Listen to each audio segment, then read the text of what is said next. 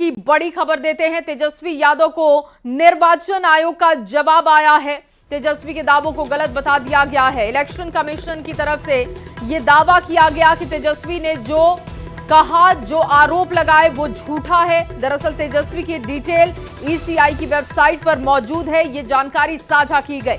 तेजस्वी यादव ने ड्राफ्ट में नाम नहीं होने का आरोप लगाया था।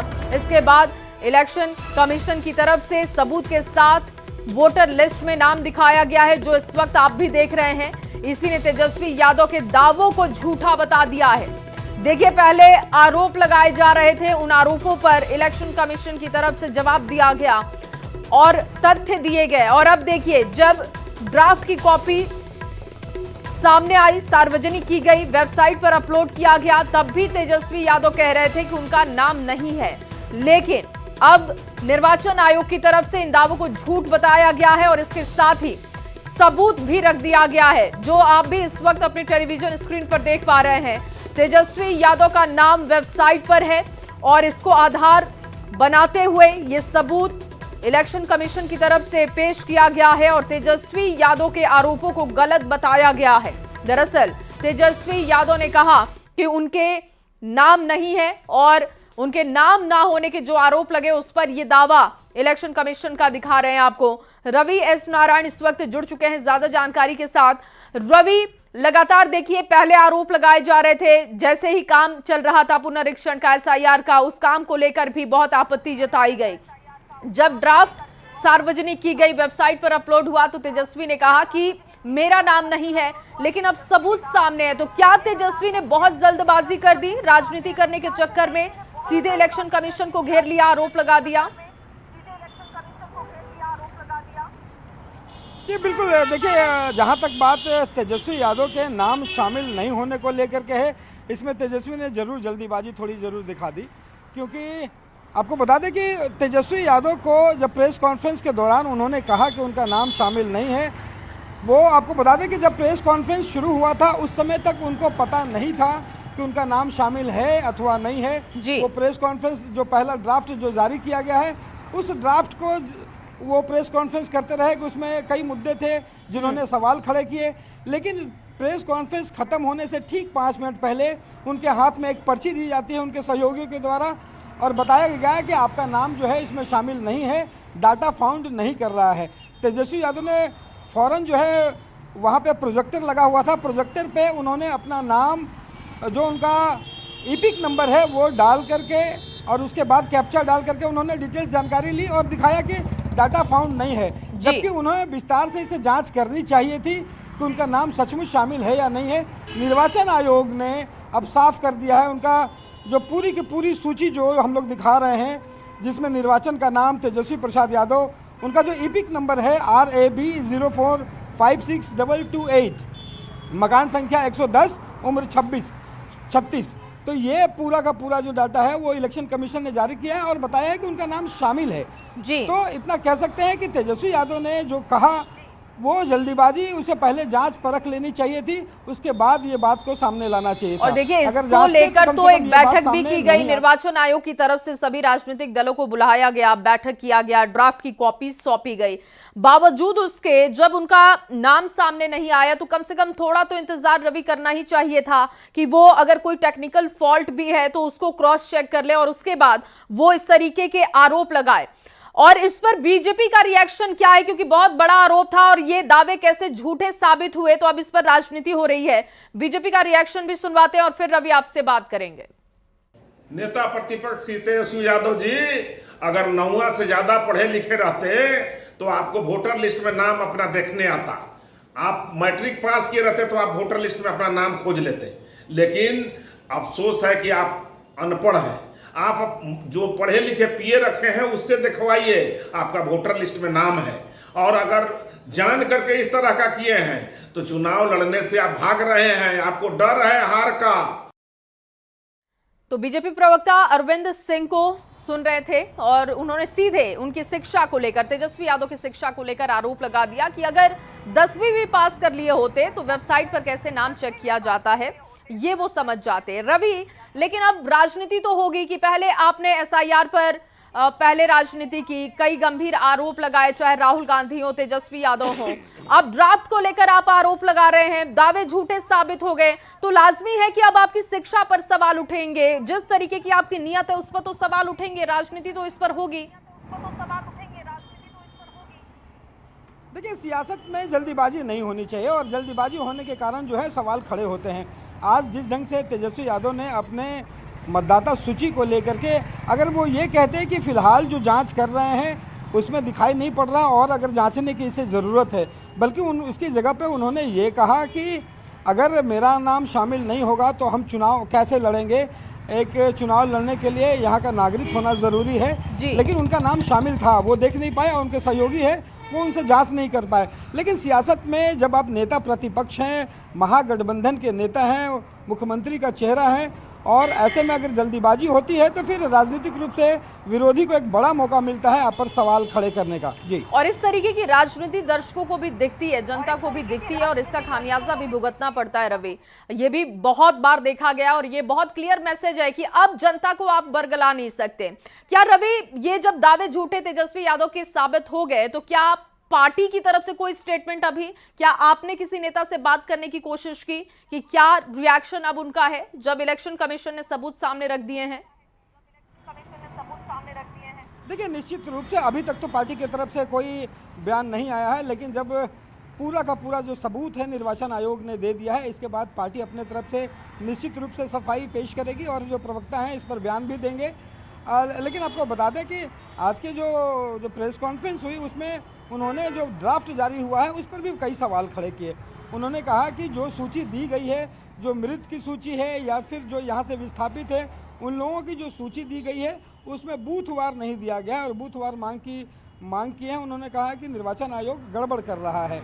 तो ये आवाज़, लेकिन जैसे ही आप ये कहते हैं कि उनका नाम शामिल नहीं है और जबकि वो नाम शामिल होता है तो फिर चीज़ें हल्की हो जाती हैं और यही आज हुआ है। और यहाँ पे अब देखना है कि पार्टी की तरफ से क्या सफाई दी जाती है। जी बिल्कुल। और रवि, आपको याद होगा कि राहुल गांधी ने कई तरीके के आरोप लगाए थे निर्वाचन आयोग पर, जिस पर अभी हाल फिलहाल में निर्वाचन आयोग ने ये कहा था कि जो हमने ईमेल किया था राहुल गांधी को उस पर उन्होंने कोई जवाब नहीं दिया। जो वो कहते हैं कि हमने इलेक्शन कमीशन से बात की पत्र लिखकर, उस तरीके का कोई पत्र निर्वाचन आयोग के पास नहीं है। तो और ऐसे में तेजस्वी यादव भी जब झूठे आरोप लगा रहे हैं निर्वाचन आयोग पर, तो ये तो साफ दिख रहा है कि सिर्फ राजनीति के लिए आप फैक्ट चेक नहीं कर रहे हैं, आप आंकड़े देख ही नहीं रहे हैं, आप सिर्फ बोलने के लिए, आरोप लगाने के लिए इस तरीके की राजनीति में कूद रहे हैं।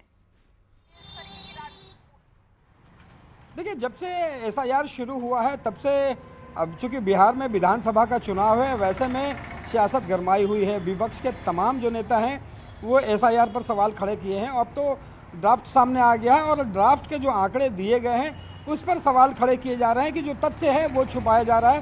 तथ्य को बूथ स्तर पे या पूरा क्लियर करके राजनीतिक दलों को नहीं दिया जा रहा है, जबकि निर्वाचन आयोग का कहना है कि अगर कोई भी गड़बड़ी होती हो, कोई भी आपको बिल्कुल, और आपत्ति के लिए समय भी दिया गया है रवि। अभी 1 सितंबर तक का समय है जब आप आपत्तियां दर्ज करा सकते हैं, जब सारी सुविधाएं हैं, तो फिर थोड़ा रुकना चाहिए था आरोप लगाने से पहले। रवि, मैं लौटती हूं आपके पास। तेजस्वी यादव ने क्या आरोप लगाए थे निर्वाचन आयोग पर, वो बयान भी दर्शकों को सुनवाते हैं।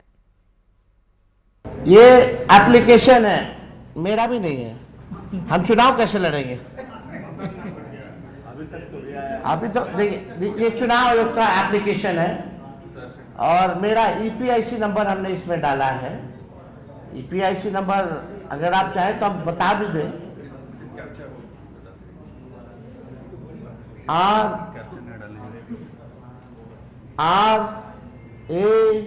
RAB 2916-120, इसमें कैप्चा आता है।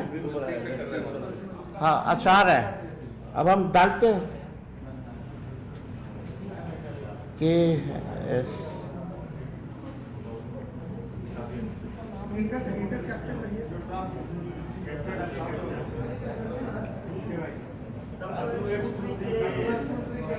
WNRN। अच्छा, उसमें दूसरा चल रहा है।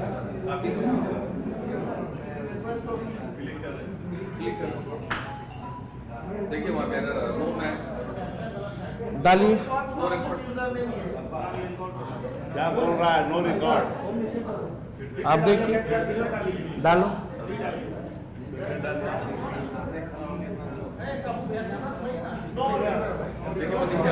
क्या नीचे लिख रहा है? देखिए, no record form. What does it mean? No record form.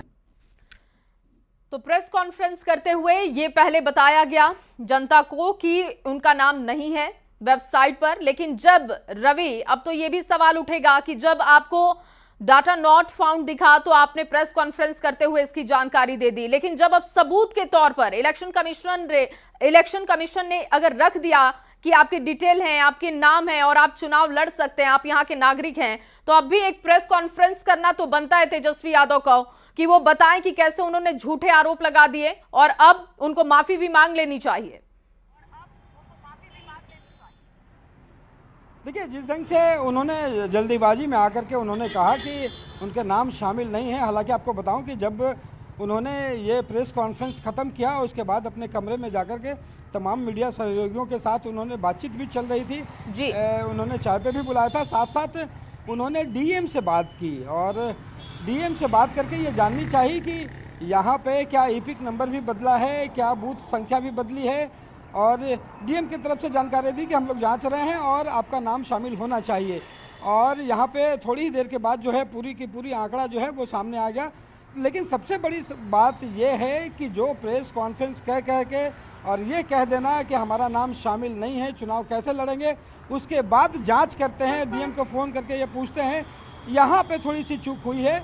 और जबकि उनको चाहिए था कि पहले जांच कर लें उसके बाद बात रखें, क्योंकि एक जिम्मेदार पद पे होने के नाते जो है अगर आप कोई बयान देते हैं तो उसके बाद फिर जो है विपक्ष को ज़्यादा मौका मिलता है कि आप पर सवाल खड़े करें। देखना होगा कि इस जब सारी हकीकत सामने आ गई है, उनके प्रूफ सामने आ गए हैं, तब तेजस्वी यादव या पार्टी की तरफ से क्या बयान जारी किए जा सकते हैं। जी बिल्कुल। और रवि, क्योंकि देखिए अभी आपत्ति दर्ज कराने का भी समय निर्वाचन आयोग ने दिया है, तो फिर इतनी जल्दबाजी तेजस्वी यादव को क्यों थी? ये भी सवाल तो उठेगा ना कि अगर आपको प्रेस कॉन्फ्रेंस करना था, आप कोई और मुद्दा ले सकते थे, आप निर्वाचन आयोग को घेरिए, लेकिन आप इस तरीके से भ्रामक तथ्य देना, जनता को बरगला देना, ये राजनीति द्वेष के लिए सिर्फ कर देना, ये एक राजनेता के लिए शोभा नहीं देता। जी निश्चित रूप से। देखिए, मैं वही बार बार कह रहा हूं कि अगर आप जिम्मेदार पद पे हैं, नेता प्रतिपक्ष का जो पद है वो एक बड़ा जिम्मेदारी का पद है, और खास करके आप पूरे गठबंधन के आप चेहरा हैं, गठबंधन का आप नेता हैं, कोऑर्डिनेशन कमेटी के अध्यक्ष हैं, बिहार के विपक्ष के तरफ से मुख्यमंत्री का चेहरा है, और आप जब सवाल खड़े करते हैं तो उसकी गंभीरता को भी समझी जा सकती है, वो पूरे गठबंधन का बयान होता है।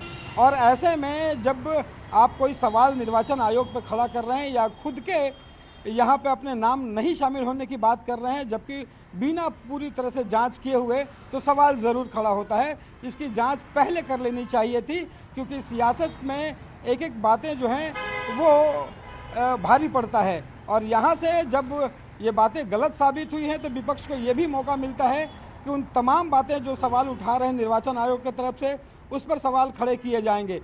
तो यहाँ पे एक तरीके से कहें कि जल्दीबाजी भी हुई है, तेजस्वी यादव से चूक भी हुई है, और यहाँ पे अब देखना होगा कि जो निर्वाचन आयोग पर जो सवाल खड़े किए जा रहे हैं उसको किस ढंग से वैध माना जाएगा और विपक्ष इस पर क्या कहता है। जी बिल्कुल। और रवि, क्या देखिए, क्योंकि जैसा कि आप जानकारी दे रहे थे कि आरजेडी की तरफ से अभी इस पर कोई रिएक्शन नहीं आया है, लेकिन महागठबंधन के किसी भी पार्टी की तरफ से अभी तक कोई रिएक्शन इस पर?